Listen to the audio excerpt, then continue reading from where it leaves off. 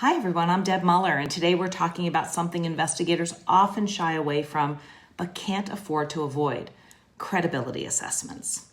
Now, I get it. You're knee-deep in an investigation and the stories don't line up. The complainant says one thing, the accused says the opposite, and you can find yourself in the dreaded he said, she said spiral. And that little voice pops up. How am I supposed to know who's telling the truth? Well, here's how. You assess credibility. That's not optional. It's part of your job. And let's set one thing straight. This is a workplace investigation, not a criminal trial. You're not proving guilt beyond a reasonable doubt. You're determining whether it's more likely than not, even by just a fraction, that something happened. That's a 50.1% standard. And credibility, when done right, it can anchor your findings and help you cross that line with confidence. Now, I've heard this excuse 100 times, but I'm not qualified to make an assessment on credibility. My response, yes, you are. You've done it before, probably just this week. Most of us in ER came up through HR roles where we were constantly assessing people, making hiring decisions, evaluating performance, sitting in interviews and thinking, that answer felt rehearsed, or she didn't make eye contact. That story just didn't add up. Sound familiar? That's credibility assessment. You've got the skills. Now apply them to your investigations. Okay, let me give you 5 things to look for when assessing credibility.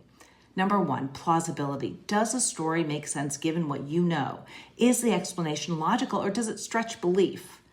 Number 2, corroboration. Back it up. Are there emails, texts, badge data, or witnesses that support or contradict the account? Look beyond what was said to find what you can prove or disprove. 3 is consistency. Are their details stable over time? Sure, memories will fade, but wild inconsistencies can be a red flag.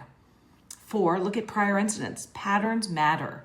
Does this behavior align with past issues? Has this come up before, formally or informally? And finally, motive. And yes, ask yourself, is there a reason someone might not be being fully honest with you? That includes a complainant, the subject, and even witnesses.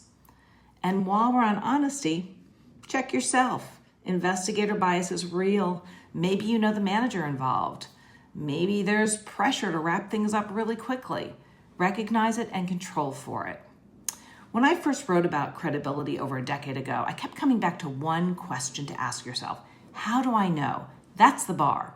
Whether it's a hiring decision, a behavior issue, or a misconduct investigation, if you can't answer how you know, then your decision isn't defensible. So document your process, write a strong report, and most importantly, make the call. Don't default to inconclusive just because it's easier. Credibility assessments are not about gut feelings. They're about structured, thoughtful judgment. And when you do it right, you're not guessing, you're leading. Thanks for watching. And if you've got a go-to method for assessing credibility in tough cases, drop it in the comments. I'd love to hear how you know.